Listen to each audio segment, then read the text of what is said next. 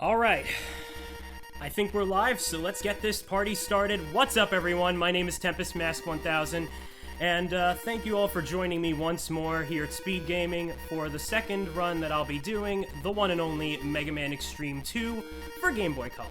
This game came out in 2001, some months before Mega Man X6, so same year, and this game is considered canon. It's actually taking place between X3 and X4, and it's a pretty underrated game in my honest opinion, so I'm always glad to show it off. It's actually turning 20 on July 19th of this year, so I'm hoping to do something a little bit special for the game when we get around to that time. But for now, I do believe we are going to be running the Zero mission. So any percent Zero mission. Hoo boy, this is going to be pretty interesting. So for those who caught my Shovel Knight Showdown run, that ended up being a little bit chaotic. We'll see what happens with Zero, because that can tend to be a little bit likewise, but I'm more than ready to rock and roll. So with that, let's get started. So I'll get my timer ready, and oh right, before I start, I'm gonna just quickly show off my options real quick, because that's something we usually do. So the select button is going to be set to swapping out the characters, which actually comes a little bit later, so we actually will be getting to see a little bit of X. That's the auto charge feature, that's off, and rapid fire is on, also for X. Let's get started in 5, 4, 3, 2, 1, let's go! Alright, so for those who are asking, yes, I am playing the Japanese version, which is Rockman X2 Solar Racer, and the reason being it shaves at least a bit of, a minute's worth at least of unskippable text. That's basically the general reason. So anyway, we're going to be playing as Zero for the most part, and Zero gives the extra advantage of having the air dash from the get-go, a feature that X normally requires the foot parts to unlock. So that's a little bit there, but the Saber combat is practically similar to Mega Man X4, so no buster action, unfortunately. That's perfectly fine, though, but one of the things that can make this run a bit tricky is that you have to go up close, because the Saber reach doesn't necessarily go super duper far. So I'm gonna try and be a little bit careful for all intents and purposes, and I am gonna highly consider using a safety for this run. You'll see what I mean when we get there, but for now, we are reaching the intro boss. We have an original one by the name of Skullhead, but as many of the X community might come up with a fancy name for the intro boss, I always affectionately call him Mega Skeletor. So chat, please get a yeah going if you're all a fan of He-Man. You know exactly where this is coming from. Also, a bit of a flashing screen warning. I do apologize, but there's not much I can do there, because what happens is Skullhead is basically susceptible to these iframes that happens whenever like something akin to a charge shot goes on. And Zero Z-Saber is practically a charge shot in the eyes of Skullhead, but hey, no problem, we just push him all the way to the side, and just, you know, keep that rhythm going. But alas, he is donezo, and now we are being introduced to Gareth. So Gareth is one of two Solar Racers, so that's where the Solar Racer moniker for the Japanese version of the game comes from, and he basically claims that he's here to erase the souls of evil reploids, you know, mavericks, but X and Zero find him a little bit suspicious from the get-go, so he just says, okay, fine. We'll talk again when you've defeated the 8 guardians on this island, which just so happened to be some revived mavericks. But it's, yeah, because of course you would. But yeah, so between X mission and Zero mission, the bosses are split into groups of 4, and for Zero mission, it's going to be 2 representatives from X2, so you'll be seeing Wire Sponge and Overdrive Ostrich make their return, but we also have X3's reps of Blast Hornet and Tunnel Rhino. So we're going to start with Wire Sponge, not just because he's the usual pick for X2 to start with, but also because he actually has no weakness that Zero can get in a single playthrough. That actually is one of the funny things about the programming for this game, in that Capcom has it where there's a full chain of 8 weaknesses, but because the groups of 4, I'm just going to grab this extra life for safety, and there's the sub-tank. But yeah, Capcom basically programmed this game to have it where there are 4 bosses per singular mission. And what happens is, that's unfortunate. I'm just gonna let the elevator ride up. But, yeah. Because of this, at least one boss for either the X mission or the Zero mission is not going to have a weakness that the player character can use against them. So we start with Wire Sponge because his weakness is Flame Mammoth. That's just basically it. Otherwise, yeah, he's also... Wire Sponge isn't the worst to start off as an intro boss, so of course, you're going to see a few familiar things, except this time with some saber combat.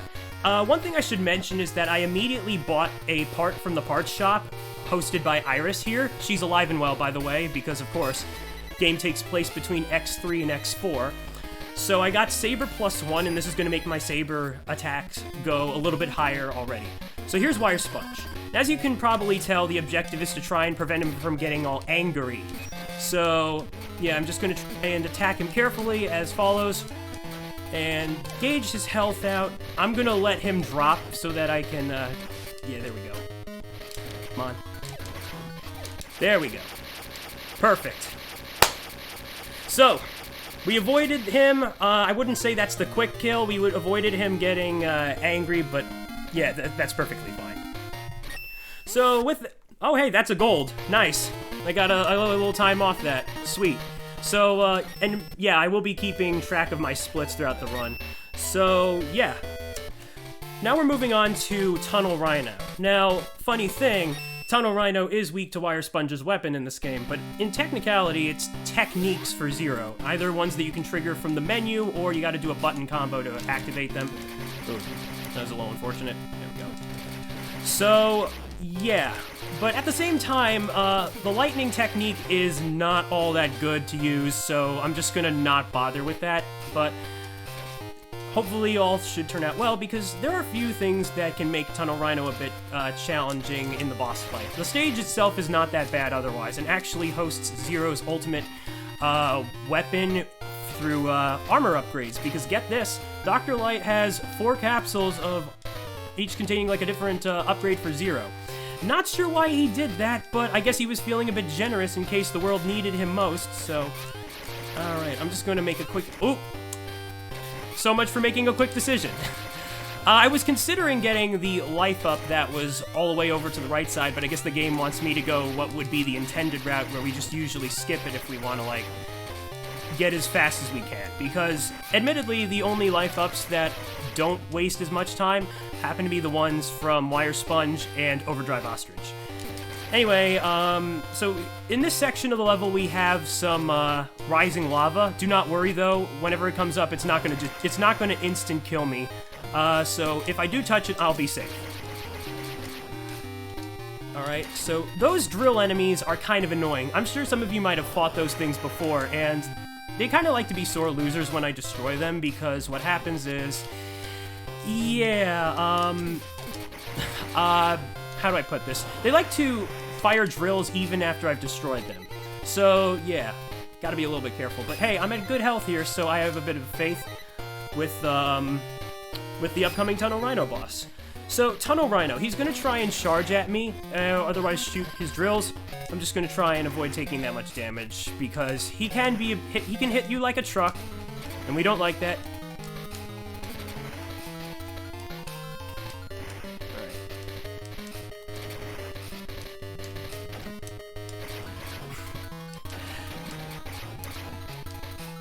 Up. Yeah, that's fine anyway. He was at 1 point of health, so yeah, that was a pretty dang good fight. One thing that he didn't show off was that he also has a bit of a desperation move where he just charges and flings a couple of rocks into the air, but that's no problem. That was a pretty nice time save though on that level. Probably like at least 13 seconds off of what should be my PB for that anyway. Although don't necessarily think that's the right... Whatever, live split stuff. Anywho, we are being introduced to Berkana. So, for the Zero route, we're not going to be facing her, which is a bit of a shame because, admittedly, she is one of my favorite Mega Man series villains. It's a very rare occurrence, but Bracana is indeed a female Reploid that you do face off. So outside of Ferrum from Mega Man X Command Mission, she's practically one of a few of the entire series.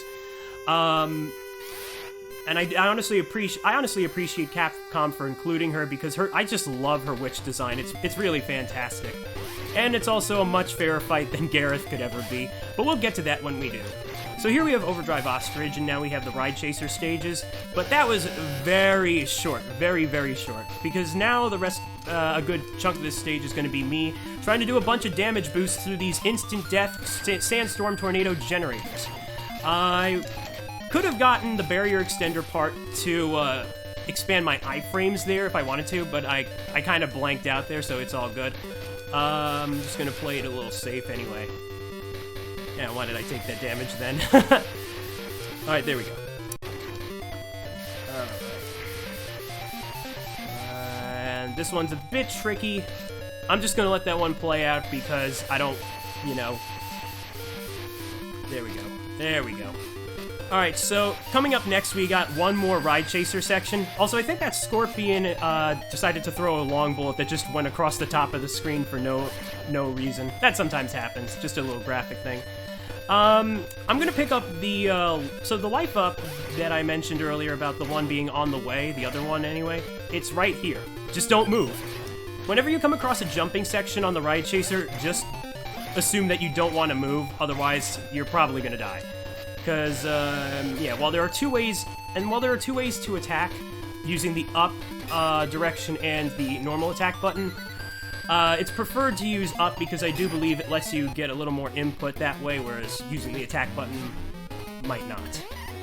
Alright, here comes Overdrive Ostrich. We all know that he likes to either run around or jump, but we got Drill Crush from Tunnel Rhino, and that's especially effective, but I think he's gonna... yeah, no problem. Overdrive Ostrich likes to bully me sometimes, and you know what? That's perfectly fine. This is why we picked up that extra life and wire sponges stage, which you really don't see that much of an opportunity to get extra lives in this game for whatever reason. But what if I told you it's still generous? Pretty crazy, right? Alas, we move on and try to fight him once again. In the meantime, I would like to open the floor to any donations if we have any.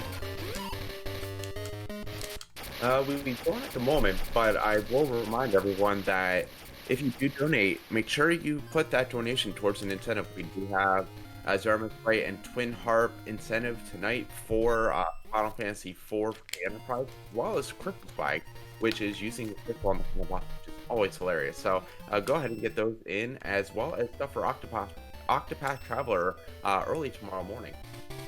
Sounds great. Yeah, definitely get your donations in. We're doing this for a wonderful cause after all, and every little contribution is bound to make a difference no matter what.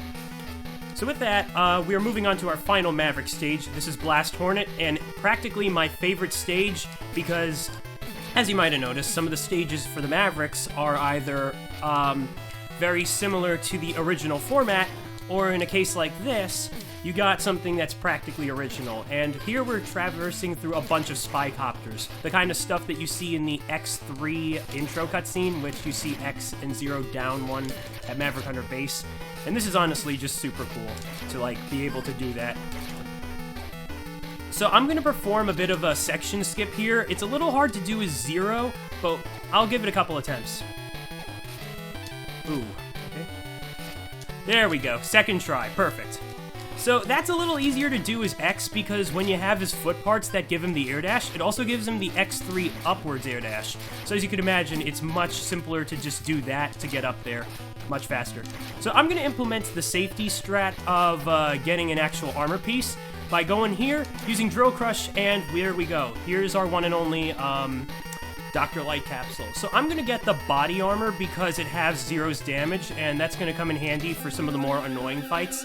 Believe me when I say that otherwise, if I wasn't so concerned about what happens, then I would just skip it right there. But here we're going to use the dash ability to... Ooh, that was unfortunate. So the idea was I was going to use the dash technique from Overdrive Ostrich to clear all those weapons in one swoop, but unfortunately Zero was facing the wrong direction.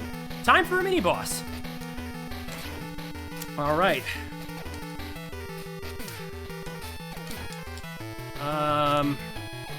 So as you can see here, there are these orbs that are basically lighting up randomly, and my objective is to attack them once they're lit up. They're only vulnerable during that. And they're giving me a bit of a pattern. Admittedly, this is why some people might not like this stage. Me personally, it's just a thing, really.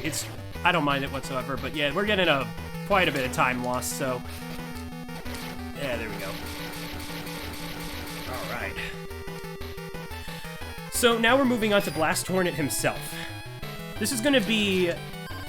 Yeah, this is gonna be pretty simple, all things considered, because he's a very simple boss. He's just gonna try and sting me, or he's gonna shoot some bees and try to catch up and stuff. You know, just a few things that a Blast Hornet would normally do. So I'm gonna use the dash here and there because that is technically his weakness, but it's also effective to use the other methods of damage too. Oop. Alright, come on. There we go. As you can see, dash is more of a cutscene based technique, which is also something that, as I mentioned, is the kind of weapon you activate through the main menu. And that can take a bit of time, but sometimes they can be helpful. Of course, if this was the 100% category, then I would get 0 final, which is probably the best case of using a technique like that. And believe you me, it's great. Ooh, that was fast text right there. That's a rare occurrence. So, I mean, okay, not a rare occurrence, but a random occurrence. So basically what happens is, you saw how the text just scrolled as if I was holding, like, the button to scroll text. But the problem is, you can't really do that with the weapon get screens, but sometimes the game does it for us anyway, and that's what we call fast text. I'm honestly surprised that I got it, but I guess this is the run trying to back me up a bit here, so... Alright, we're moving on to the first of the Fortress stages, and now we get to play as X. So, the fun thing about X mission and Zero mission is that once you get the ability to play as the other character, the other character is fully armored. So X is completely armored and has his X2 set, which is kind of funny because we definitely saw Noble Boy do that in the any percent category. So in a similar sense, X is armored in the any percent category. How about that? But yeah. Anyway, we got another ride armor section here. One thing I'm going to do is switch to Zero because X did take a little bit of damage, and what I want to do is try and collect as much health for the sub-tank as I possibly can. And there we go. By the way, whenever I get near a wall and press A repeatedly in the sort of rhythm, that's a bit of a fast wall climb. This game apparently has it where, I think it's based on how X or Zero don't go that far away from the wall, so it lets them do these consecutive fast jumps, and it's really cool. It's kind of unique to the Xtreme games, if you will. Alright. So, we're gonna face Velgarder from X1. He can be a bit of a pain when it comes to the Zero category, but that's why I got the body armor. So, luckily we shouldn't have too much of a problem, but he can still be bad because in this category, Zero can do a bit more damage as compared to X right now. So, I want to be careful as I'm making contact damage, but again, the body armor does add a bit of safety, so honestly, it's not a bit of a problem there. Good boy. Thank you, and have a nice day. Alright. And yes, I would like to mention that this is indeed one of the first games of the X series to implement the tag mechanic that you would be seeing in other games like X7 or X8. So it's really cool how this sort of started off as a precursor, if you will, to some of the later games, considering that this is a handheld spin-off that not many know about. And it's honest, I just think it's really cool. That right there was platform skip. Very easy to get once you know what to do, because what that does is it utilizes a couple of damage boosts to get across the instant death electricity field. And I should probably mention that the dashing in this game is quite interesting. So how it works is... Whoops. You'll love to see it. Let's try that again. So the dashing in this game, there is no such thing as a dedicated dash button in Xtreme 2. Xtreme 1 had it where you could press start to dash for whatever reason, but in this game they understandably took it out. I don't blame them, because it seems like one of the weirdest things to do a dash from, but that does give you a bit of a challenge, because now you got the other two dash methods. There's double tap dashing and then ground dashing, which is holding down and then pressing the jump button. For the platform skip, I specifically did the second method because, well, in order to, when you're doing a, whenever you're doing a, let me switch to X for that one. Whenever you do a ground dash, you basically stop whenever you let go of the jump button, so therefore it's easy to basically swap from that into the jump that I do to do the second damage boost, and then you're right across the way. So we got some more rising lava here, and then coming up is Isaz and Sawilo, which is sometimes known collectively as the Sphinx Tank, but also sometimes known as internally Screaming by my friend Young Zorn. Because, goodness, this boss can be a bit of a nightmare. Here's why. I'm sure that the developers had well intentions for an original boss such as Isaz and Sawilo, but as you're about to find out, it takes up a lot of screen space, and that can be a bit crunchy for some close quarters combat, or even far quarters combat, because it's this giant tank body that just comes at you, and while Zero's Z-Saber can push it back, yeah, that doesn't negate some of the flaws from this one, but that was a wonderful fight. That was absolutely great. Like, no trouble whatsoever, no deaths. No deaths for this boss is a great thing. All right, so now here comes the moment of truth. So I'm gonna enter the parts shop one more time. You're gonna get a couple of things because coming up is the final stage. I don't know why I just got that, but oh well. So we're gonna face Gareth. How this stage works is you start off by still being able to switch between X and 0. In fact, I'm going to do that right now one last time to give our boy X a bit of attention here.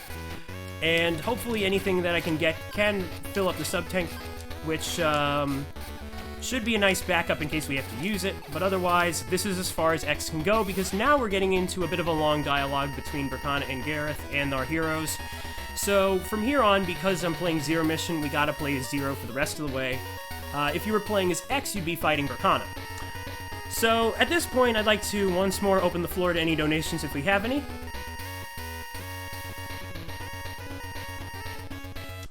We do not at the moment. All good.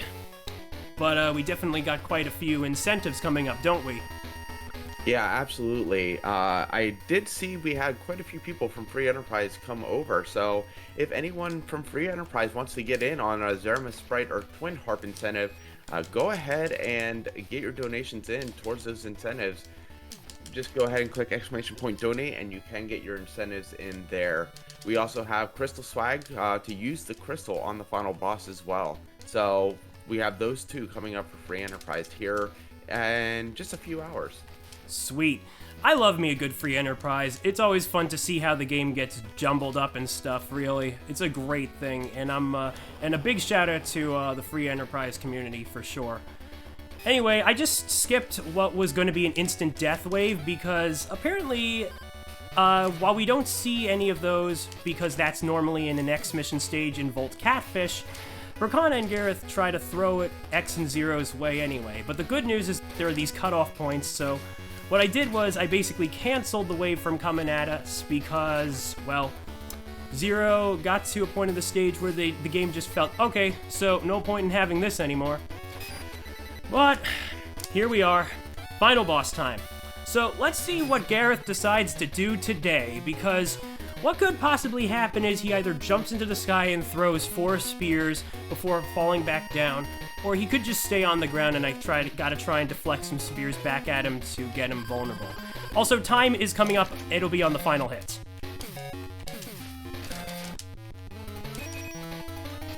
Alright. This is actually pretty good so far. Honestly, though, the fact that I've already done a bit of safety through the body armor is really helping my case. But I am a bit at low health, so we are going to use the full sub-tank. I'm actually glad that I got a full sub-tank for that one. Alright. Aw, jeez. Yeah, Gareth is... Like I said, Gareth likes to be jumpy, and right now he's trying to avoid, dying. Being a bit of a sore loser here, but alas, we'll make do. Time! Let's go! Oh, yeah. First round, baby. Whew. And that, my friends, was any % Zero mission. Thank you so much to those who donated for the bid war to make this happen. I'm honestly glad that we did this one justice because I was a little bit concerned about how things could go, but looks like RNG has blessed us today. So, yeah, we've basically defeated Gareth. Of course, this is not the true ending. There is an extra mode called Xtreme, which you gotta unlock by either beating a save file that you can do after you've done X or Zero mission, then load that save file, play through the other character's mission with some extra weapons, and then once you beat that, you got Extreme mode. Otherwise, you just gotta collect DNA souls, which I didn't get to explain. Basically, that's the parts currency in the guise of some health and weapon refill pickups, so it's a really nice parts system. There's a lot about this game that just does so much good for a GBC game. And yeah, I guess it's safe to argue that it's really not a spin-off, when you think about it anyway. But alas, special thanks to you all for donating to the cause. Thank you for SpeedGaming for having me for 2 speedruns. It's been a pleasure. Of course, we got some more Mega Man coming up, and I want to give a big shout out to the Mega Man community. If you'd like to join us, we do have a handheld section in the Mega Man X Speedrunning Community Discord. There's a link that you can find on the Mega Man RTA Leaderboards website to our server. Otherwise, big shout out to my friends Focusite and Young Zorn, who could not join me for tonight. Your absence is noted, but your contributions to making up our little handful of speedrunners is much appreciated. Also, shoutouts to Elpis, who was the record holder for any % Extreme, K-Poison, who is record holder for some of the other categories. Focus also holds world record for Extreme 100%, and of course, our pal Phazon Knight. That'll do it for me in a Mega Man Extreme 2. Again, thank you all for watching, and until we meet again, this is TempestMask1000 signing off. Ciao, amici.